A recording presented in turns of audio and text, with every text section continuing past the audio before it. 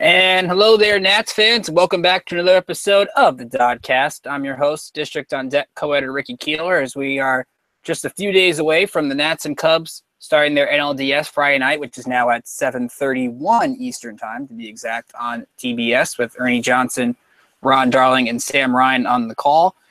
Joining me tonight to talk about the Cubs, to break this whole series down, we're joined by Ryan Davis, who writes about the Cubs for Fanrag and Sporting News, among other outlets. Ryan, thanks for joining us. How are you tonight?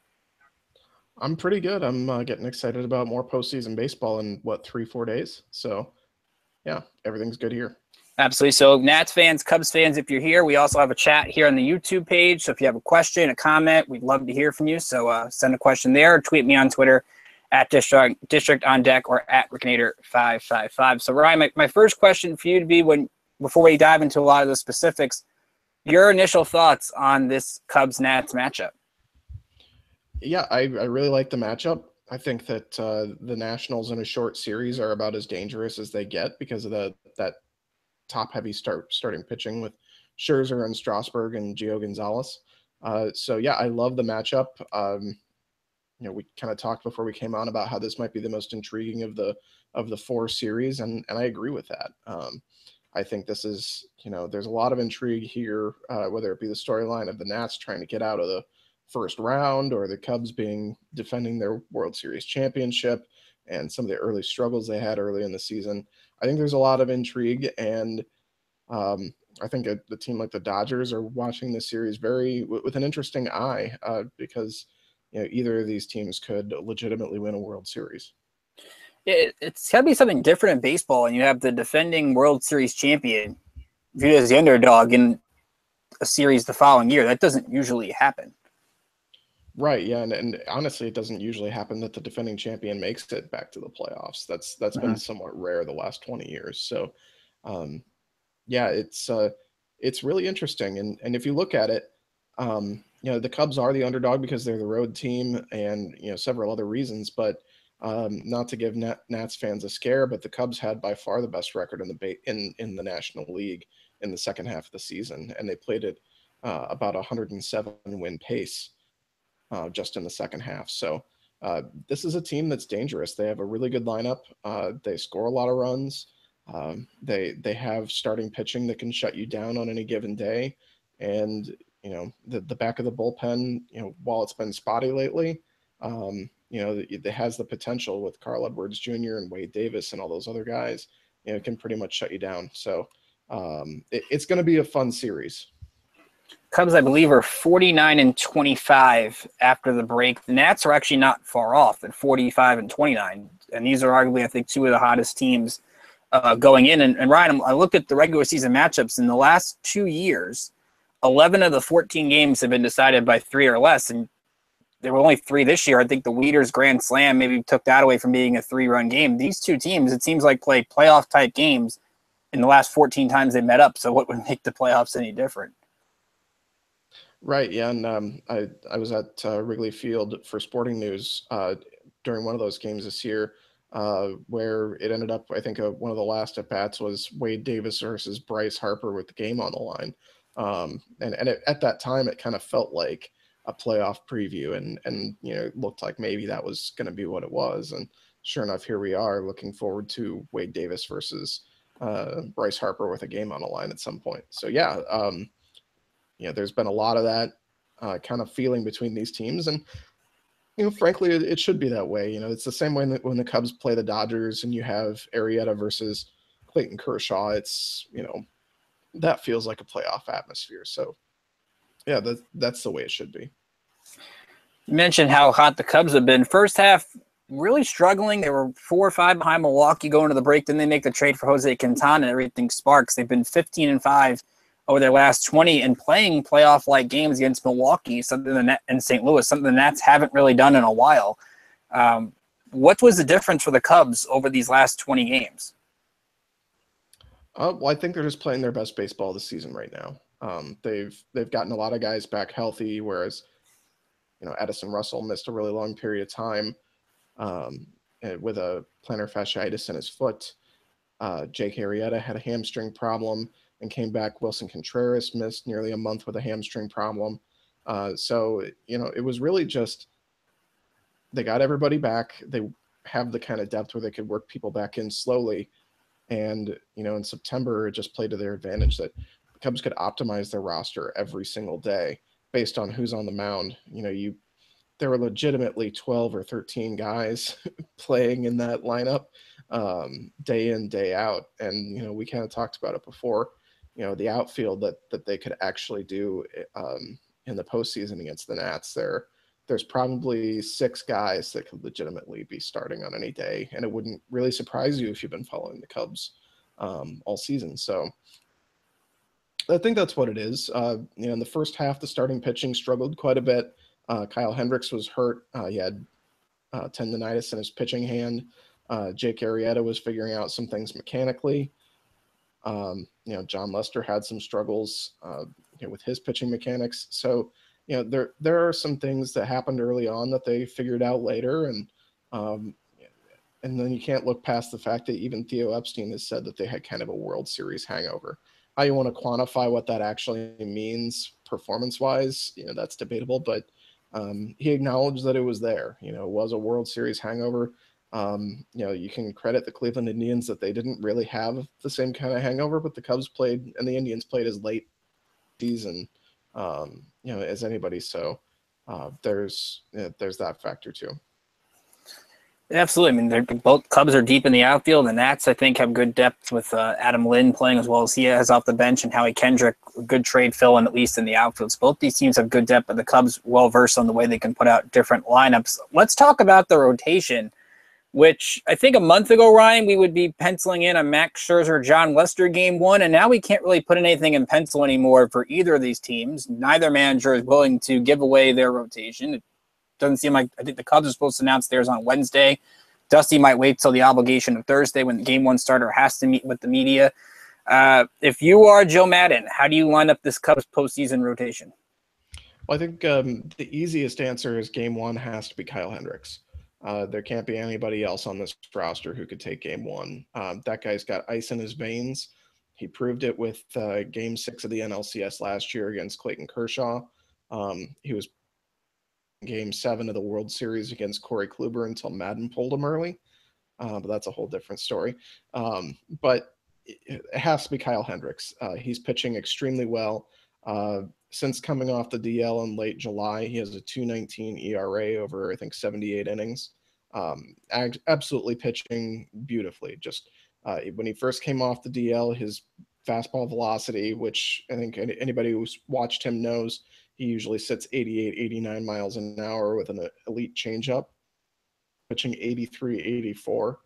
So he had to kind of change the way he was pitching. But towards the end of the season, that velocity kicked back up. He got back into his mechanics properly. And, that last start against the Cardinals, he was hitting 88, 89 miles an hour. He threw 81 pitches over 5 shutout innings and struck out 9 batters. So Kyle Hendricks is absolutely number 1 with a bullet on this team right now, and he's the guy I would go to. Hendricks get up 9 runs total in his last 5 starts against the Nationals, so he's probably the perfect guy to sort of keep this lineup off balanced. He's got the, like Ryan said, the good off-speed pitch, and I think from the Nats angle, they might be better off going Steven Strasburg game 1. Strasburg's got a .86 ERA over his last 10. He struck out 21 Cubs in the last 2 starts against them.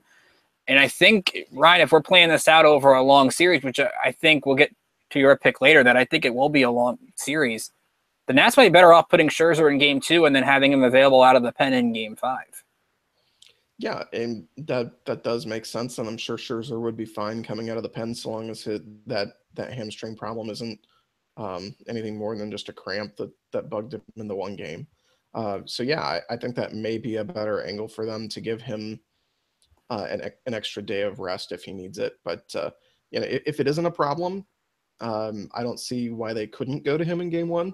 I think Arrieta is a good example where, as I would think, because of that hamstring issue, the Cubs are going to give him probably until at least game 3 to give him at least 2 extra days of rest, maybe even game 4. So, I don't know how Dusty's going to handle it with Scherzer. I know they kind of said that it was fine, and And if it were a real game, a meaningful game, he would have kept pitching. So yeah, I can't make that prediction on that, but yeah, I would say game 1 or game 2 definitely for him if he's okay. Yeah, absolutely. But I want to get into that Arrieta hamstring injury where he did pitch on it and then got scratched the last start of the season. And I think for the Cubs' perspective, the main difference between Jake Arrieta and John Lackey in Game 4, I think, is huge, considering the Nats have hit John Lackey pretty well over the 2 starts they saw him this year. They can get through with a Quintana in Game 3 because the Nats really haven't seen him outside of maybe Matt Wieters in the American League. But it seems like the difference between Arrieta and Lackey, if that is, let's say, a Game 4 and that were to happen, would be pretty problematic for Chicago. Yeah, I wouldn't imagine that the Cubs want to find themselves in a situation where they're down 2-1 in Chicago and starting John Lackey. That would probably not be ideal. Although, John Lackey is a guy who has the history of pitching well in the postseason, and this is very last season in baseball. So if there's one guy to pitch with your life on the line, knowing that it could be his final start ever, John Lackey might not be the worst choice for that. But yeah, ideally the Cubs have Arrieta on the mound for Game 3 or Game 4, and I think he will be. He pitched okay in his first start coming off the DL, and then he left early in his second start just because he was getting hit hard, and he had kind of figured it out, but the Cubs pulled him because they were rallying in an inning, and they needed to get him out of the game so that they could try and come back, which they ended up not doing. But he could have started on Sunday. He could have pitched in that game, but they just decided rather than pitch him and possibly aggravate that him a little bit more, they let him do a simulated game instead, and they're going to give him this longer stretch of time off with it, which I think between his last official start and Game 4, it's something like 15 or 16 days of rest. So I think it's a smart plan for that. And if Arrieta does pitch in one of those games, I know Miguel Montero is not behind the plate anymore, but the Nats probably will try to run on Arrieta with that hamstring, and they stole 13 bases against the Cubs this year, although 7 of them came from Trey Turner. So maybe the speed and aggressiveness of the Nats could be a big factor, at least against a guy like Arrieta, and even Lester, who doesn't have a greatest throw to first base, but Contreras has sort of negated that speed factor. Yeah, and that's what you'll find with the Cubs. I think they allow the most stolen bases of anybody in the big leagues this year.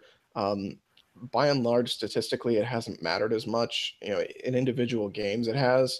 Where players have run rampant on the combination of Arrieta and Montero. But yeah, with Montero not there anymore, and with Wilson Contreras behind the plate, I think baseball fans are going to find out over the next couple of years that Wilson Contreras is, at least from the catch and throw standpoint, he's kind of developing into the next Yadier Molina. The guy just has an absolute cannon. He guns players out left and right. And if you just looked at his statistics on throwing out base runners, it would be misleading because he does catch guys like Lester, who can't throw to first, and Arrieta, who allows a lot of stolen bases. So, and then you also have Javier Baez on the other end, catching and tagging guys and basically turning that into an art. So I would definitely expect the Nats to try and run, especially with Trey Turner. But it wouldn't surprise me at all if they get caught a few times trying to do that. Speaking of some of the younger players on the Cubs, Kyle Schwarber led the team in home runs in the second half. How do you expect Joe Maddon to use him in this series? I'd probably be surprised if he used him any differently than he did in the second half. Schwarber had a lot of success in the second half, basically playing matchups, and kind of the same thing that we talked about all their depth that they have on the roster. I would think that Schwarber would probably sit against Scherzer, and he would probably sit against Gio Gonzalez. If I had to say maybe one or the other, maybe he starts against Scherzer, but I would probably bet that John Jay is in left field on that day. So, against Strasburg, I could see Schwarber out there. Against Tanner Roark. If he's starting one of those games, I could see him out there. But yeah, I think the depth here that the Cubs have, they've had their best success pitching or putting Schwarber out in the field against players where they know that he can have some specific success. And with just all the other guys you have on the roster. I mean, just as outfielders alone, you have Jason Hayward, John Jay, Ian Happ, Albert Almora, Ben Zobrist will play out there. So, you have to get all these other guys in too. So I would suspect that Schwarber will play maybe about half the games, and then he'll pinch hit the rest. Definitely a good factor off the bench, and the Cubs have so many weapons they can turn to in terms of depth. Let's talk about the bullpen, and both these teams made significant upgrades to the bullpen at the deadline. The Nats making the deals for Kinsler, Madsen, Duda. The Cubs dealing for Justin Wilson, although I understand, Ryan, that deal probably hasn't gone the way Cubs fans would have hoped. Before we get into the closers, how does the bridge to Wade Davis look right now, and do you think Madden in the postseason would go to Davis for multiple innings more often? I think he will, and he did a little bit towards the end of the season. He used Wade Davis, I think, in a stretch of 9 days for 124 pitches, which was the most over any such stretch that he had ever had. So, yeah, I think that he will go to Davis for more outs, and I think that there's a chance he can be successful with that. I wouldn't expect him to throw Wade Davis for 3 innings like he did with Aroldis Chapman last year. But I can definitely see, Carl Edwards Jr. is the main bridge to Davis, and then also left-hander Brian Dunsing, who's been pretty much outstanding for the Cubs all year. So those are the two, and Pedro Strop has been pretty much, the same, pretty steady like he always is. Those are the main guys that I think Joe Madden is going to put most of his trust in. But then you also have guys like Mike Montgomery, who Madden has used in big spots. Cubs fans will remember that Mike Montgomery got the biggest out of their lives last year. And he's got Hector Rondon, whose numbers, if you're just looking at ERA, doesn't look particularly good. But over the last month or so, since he's come off the DL, Rondon's looked fantastic. So those are the guys, that you're going to see primarily out of the Cubs pen. John Lackey will probably be there as well, but the Cubs have struggled at times with their bullpen. From walking, that's the main issue for them. They walk way too many batters, but every single one of those guys has a history of dominant stretches in their careers where they have just filthy stuff. So there's a lot of high potential in that bullpen, and they have at least a few guys that I think Joe Madden likes to rely on.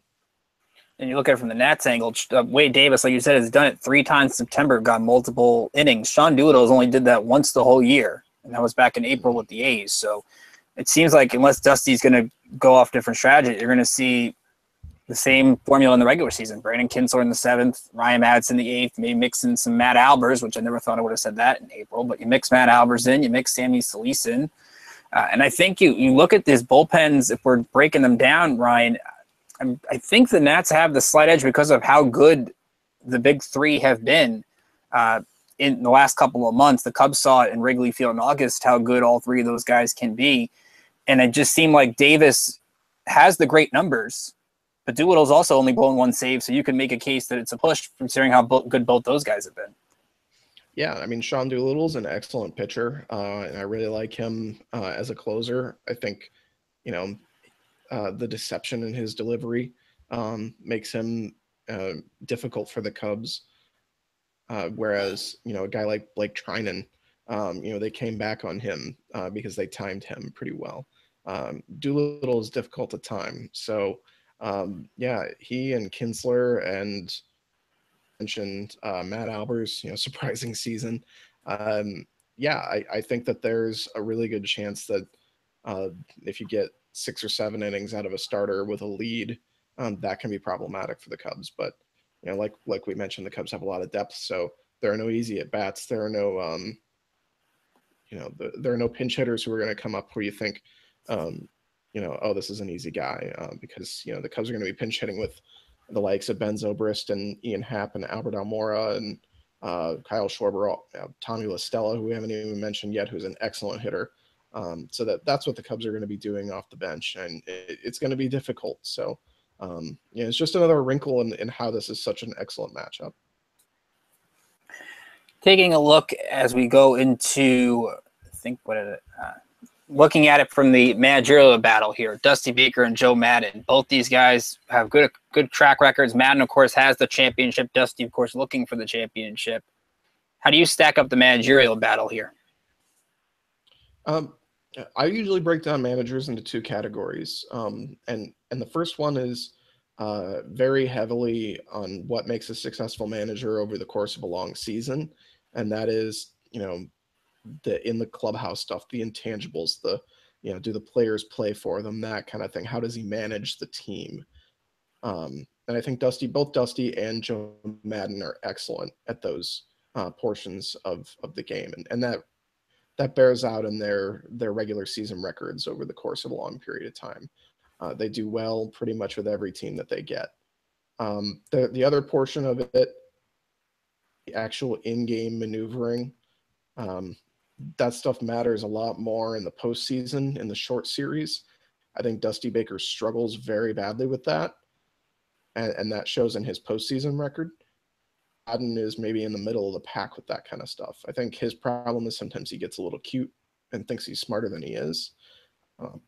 And that kind of showed in Game 7 of the World Series, although it did work out for him with his pitching moves.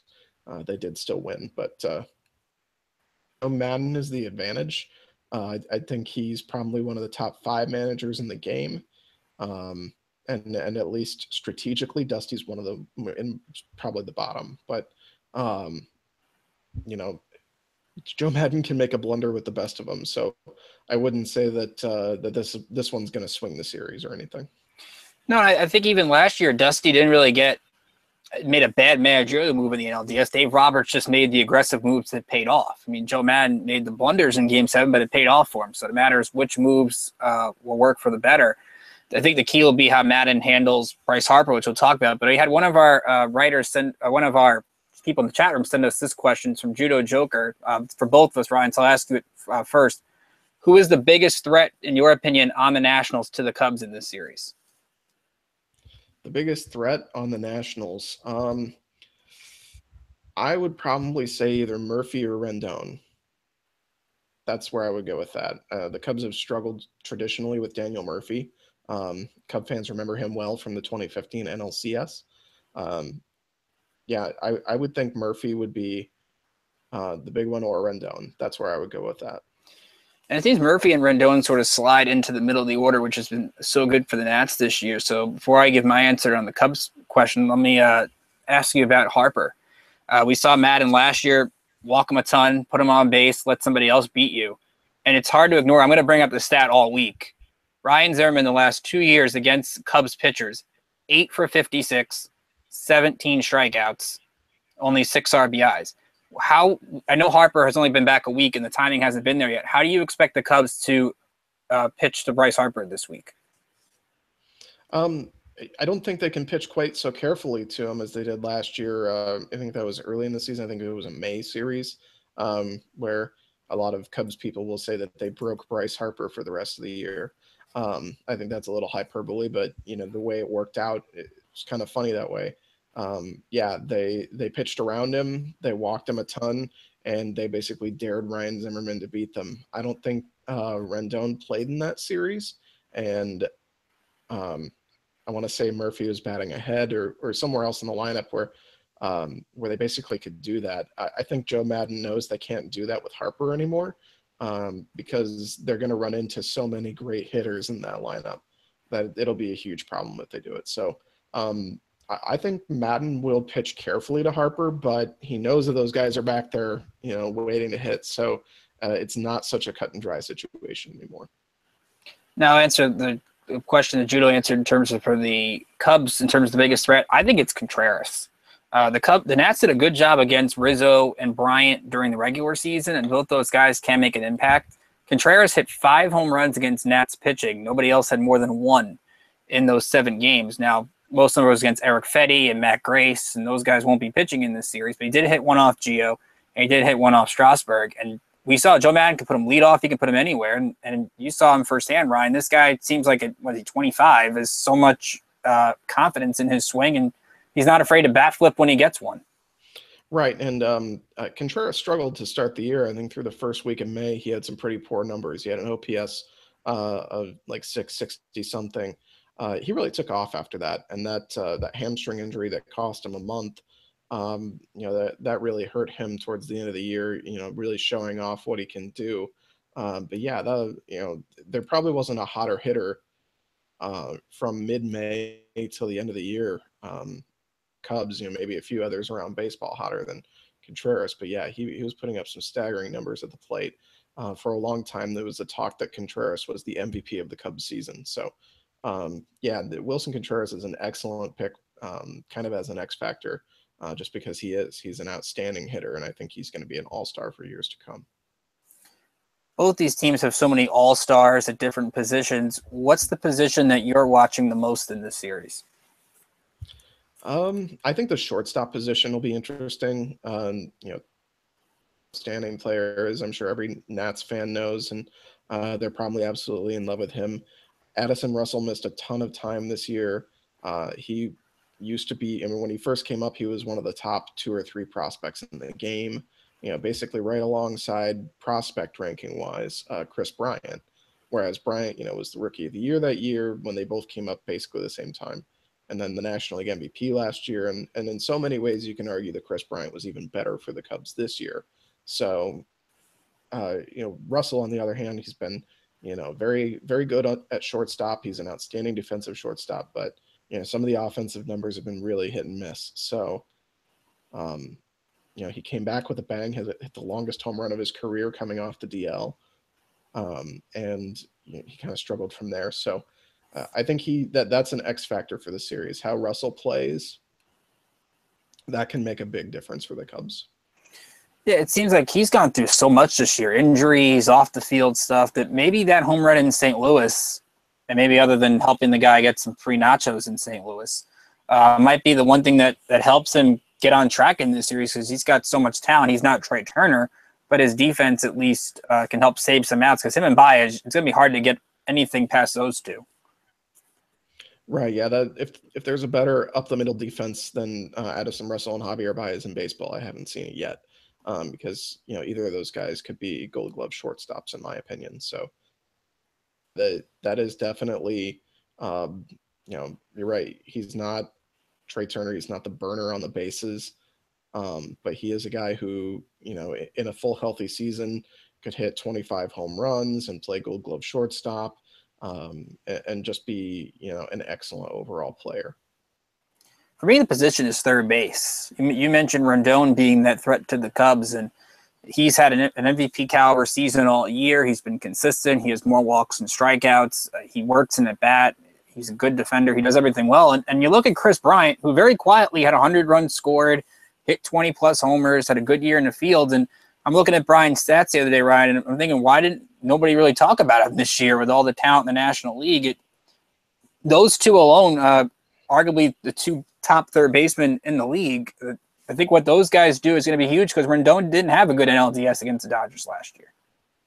Yeah, Chris Bryant, exactly. I think because the way the ball was flying out of the ballpark this year, and the year that Giancarlo Stanton had, and Joey Votto, and all these other guys, and Rendon having amazing seasons, people kind of overlooked Chris Bryant. If you look, he raised his batting average, he raised his on-base percentage quite a bit.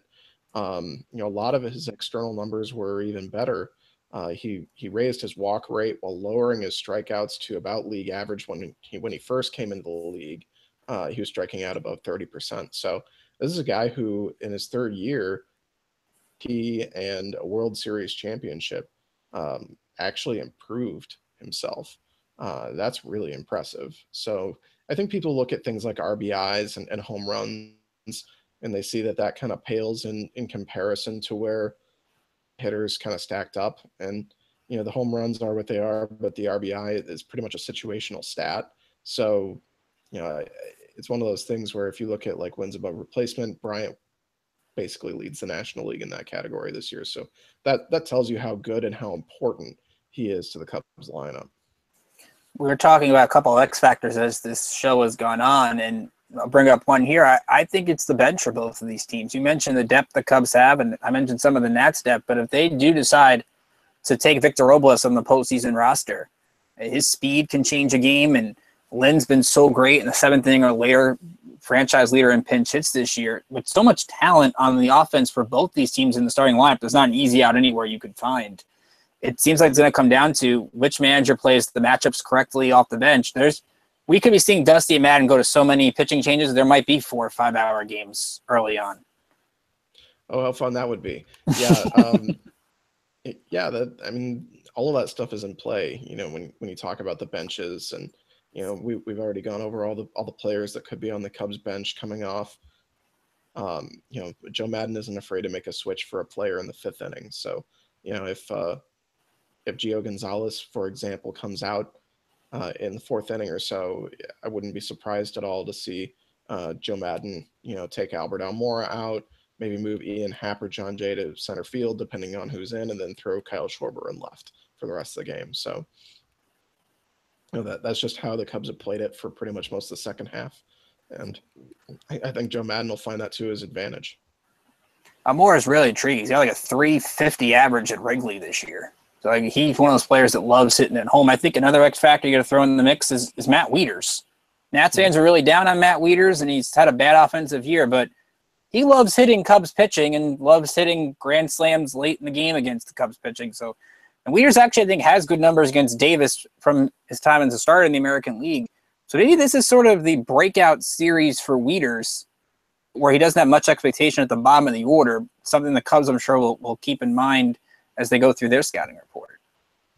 Yeah, and they'll analyze all those guys and their strengths and weaknesses. I think guys who are flawed get exposed in a series in the playoffs, which is why a guy like Schwarber, who has hit well in the second half, but pretty much played matchups to do that. I think that's why you'll see him, less frequently. A guy like Wieters, who will play pretty much, the entire series. I think, he's a flawed hitter. I think you'll see him get a little bit exposed as well. I mean, obviously they're all professionals, so any of them can have a great game or a great series, but the guys that you think of as flawed hitters, I think those will be the guys who will probably struggle the most. All right, so last question for you. I know we'll have a couple of days. I know there's no rosters yet. I know there's no rotation yet. Do you have a prediction on this series? That one's tough for me because this is the one that I find the hardest to predict. Most of my baseball coverage is Cubs related, so I watch them the most. I'll say this: they're the hottest team in the National League in the second half. They've been playing excellent baseball down the stretch. They believe in themselves, and they have all the pieces to do it. On the opposite side, the Nats haven't gotten to the NLCS yet. They have just as good of a core of a team as anybody, and this is probably their best chance to do it. I think the Nats probably want it a little bit more than the Cubs do. Whether that actually matters in the end, I don't know. But I'm going to predict Nats in 5, which is difficult for me because I think that I really would like to see the series end at Wrigley Field because I'm going to be there covering it for Fanrag Sports in games 3 and game 4. But I think that's where I go with it. I think if Scherzer starts game 1 and game 5, I think the Nats win in 5. I think if he's not quite as healthy as they're leading us on to believe, then I think maybe the Cubs win the series. But I think that's probably the biggest factor in what will sway it is Scherzer starting game 1 and game 5. So tell listeners out there, you write from many places. So tell us what you're working on. I know you mentioned you're covering the series for Fanrag when it hits Wrigley Fields, and how they can follow you on Twitter. First on Twitter, I'm Ryan Q Davis, and I have something coming on Chris Bryant actually from when I was in St. Louis this last week covering the team. That'll be on Sporting News. I don't have anything specific coming for Fanrag, just baseball coverage coming up, taking a little break before the hot and heavy series gets started on Friday. So, watch for my stuff. I'll be covering the Cubs angle of the series if you're interested in that, and I'll be at Wrigley for games 3 and game 4.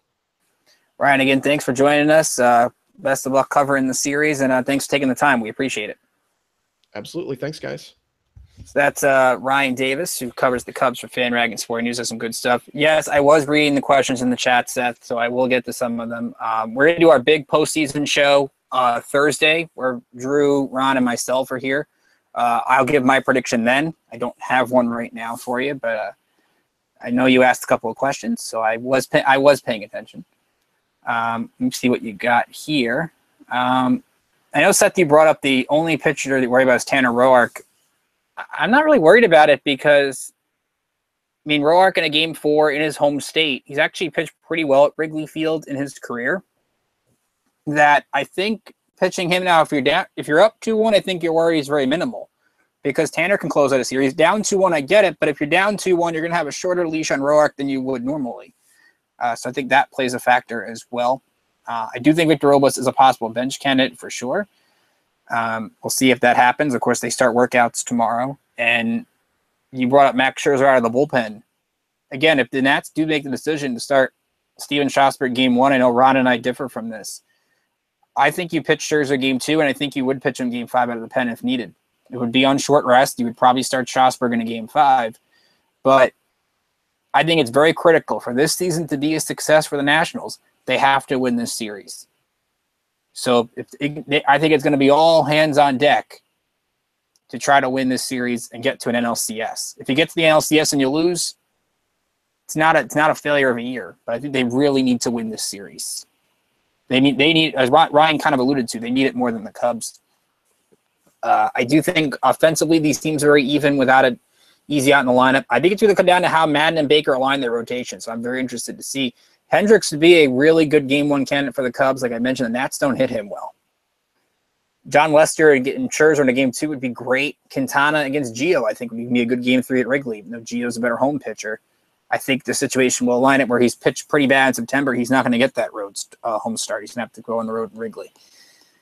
And I know you brought up a different Ryan Zimmerman, Seth, and I agree. He's played better in September. He's coming in red hot.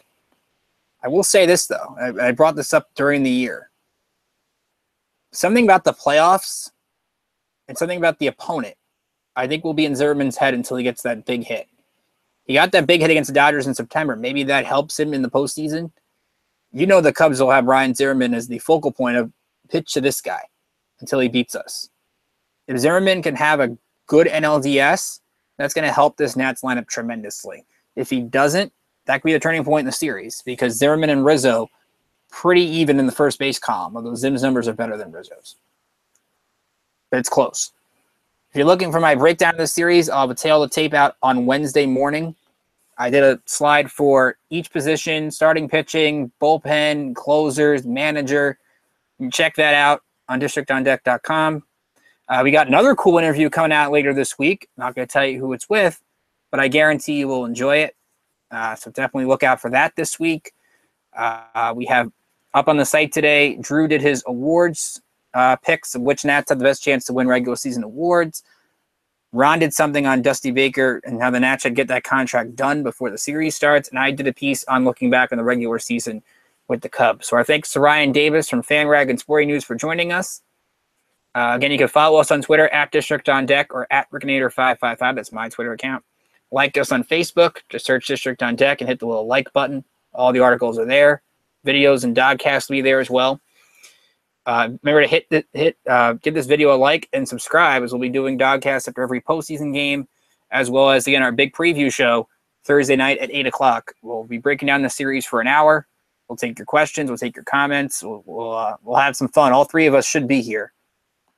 Judo, I'm the Facebook guy. Yeah, that. I normally run the Facebook, so that would be me. So that's why I'm saying give it a like on Facebook, hit the like button. So we've been doing, I think our Facebook page has gotten a lot better. I definitely appreciate that. I did read your picks, guys, as well. Glad you guys have the confidence. I'll be revealing my pick on Thursday. But I will kind of give out little hints throughout my articles over the next couple of days. But again, we're working on articles nonstop throughout the clock. So feel free to go to the site. We have great articles that are coming out and great articles that are there. We'll give you everything you need to know for Cubs Nats. And remember, 7:31, first pitch 7:31 Eastern Friday night on TBS. Ernie Johnson, Ron Darling are on the call. Sam Ryan in the dugout doing the reporting. Also, game 2 is at 5:38 Eastern on Friday. The Dodgers get both the late games, Friday night and Saturday night. I know Seth asked me about the Wild. Am I watching the Yankees game tomorrow? Yes, I am watching the Yankees game tomorrow. I'll throw this in. I think they do beat the Twins. I think Severino's going to have a huge game. I think Irvin Santana has a good postseason track record. I just think these young stars, guys like Judge and guys like Sanchez, are going to have some big games. I think the Yankees bullpen is just too deep. I think Joe will go to Green. He'll go to Robertson. He'll go to Chapman. He'll go to Betances. He'll go quickly. And I think their bullpen arms are just much better than the Twins arms, who are using Matt Belisle to close games. I just think the pen in a one-game playoff is going to give the Yankees the win and move them on to Cleveland, which I expect that series to be so much fun if that is the case. And Twins-Indians would be a good series too. So again, thanks for tuning in. Thanks to Ryan Davis for coming on the chat, and we'll see you all back here on Thursday for our 1-hour Nats playoff preview show.